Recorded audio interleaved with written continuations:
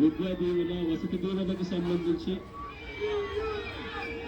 పిల్లలకు సంబంధించిన అన్యాయాలకు సంబంధించిన జరుగుతా ఉన్న అన్యాయాలకు సంబంధించిన విషయాల మీద ఈరోజు యాదృచ్ఛికంగా ప్రొటెస్ట్ కార్యక్రమం కూడా జరుగుతూ ఉంది. ఈ కూటమి ప్రభుత్వం వచ్చి దాదాపుగా 10 నెలలుగా వస్తూ ఉంది. ఈ 10 నెలల కాలంలో ఎన్నికల వేళ వాళ్ళు చెప్పిన సూపర్ 6లు, సూపర్ 7లు అన్ని గాలికి ఎగిరిపోయాయి. వ్యవస్థలన్నీ కూడా చదువులు కానీ, వైద్యం కానీ, గవర్నెన్స్ కానీ, వ్యవసాయం కానీ ఏది చూసుకున్నా కూడా వ్యవస్థలన్నీ కూడా నిర్వీర్యమైపోయిన పరిస్థితులు కనిపిస్తూ ఉన్నాయి.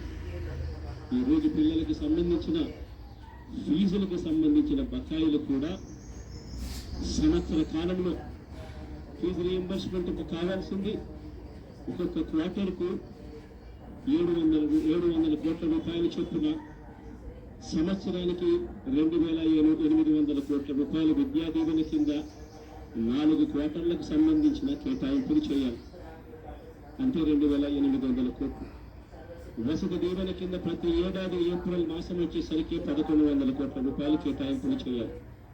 అంటే గత ఏడాది ఈ 1,100 కోట్లు, 2,800 కోట్లు, ఈ రెండింటికి సంబంధించి 3,900 కోట్ల రూపాయలకు కేటాయింపులు చేసి ఖర్చు చేసి పిల్లలు చదువులను ప్రోత్సహించాల్సిన పరిస్థితిలో ఈ ప్రభుత్వం చేసింది ఏమిటి అంటే కేవలం 700 కోట్ల రూపాయలు మాత్రమే ఇచ్చి చేతులు దులుపుకున్న పరిస్థితులు.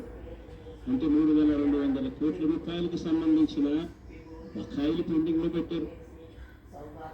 అదే మాదిరిగా మళ్ళీ ఈ సంవత్సరం 2024-25 2025-26కి సంబంధించిన ఈ సంవత్సరానికి సంబంధించి ముందుకు పోవడానికి ఈ సంవత్సరానికి సంబంధించిన విద్యా దీవెన కింద 4 ఈ విద్యా దీవెనకు సంబంధించి ఈ 2,800 కోట్లు మళ్ళీ కావాలి. 1,100 కోట్లు వసతి దీవెన కింద కావాలి.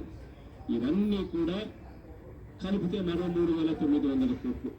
సో ఆ 3,200 కోట్లు, ఈ 3,900 కోట్లు దాదాపుగా 7,100 కోట్ల రూపాయలకు సంబంధించిన పిల్లలకు సంబంధించిన చదువులకు సంబంధించిన కేటాయింపులు చేసి చదువులను ఆదుకోవాల్సింది పోయి, పిల్లలను ఆదుకోవాల్సింది పోయి కేవలం 2,600 కోట్లు మాత్రమే కేటాయింపులు చేశామన్నట్టుగా చేసి పిల్లల చదువులతో ఆడుకుంటా ఉన్న ఈ ప్రభుత్వానికి బుద్ధి చెప్పే కార్యక్రమం పిల్లలతో పాటు పిల్లల తల్లిదండ్రులతో పాటు కలిసి చేసే కార్యక్రమం కూడా యాదృచ్ఛికంగా ఈరోజు ప్రొటెస్ట్ కార్యక్రమం కూడా ఈ రోజు కూడా జరుగుతూ ఉందని కూడా చెప్పడానికి కూడా సంతోషపడతా ఉన్నా.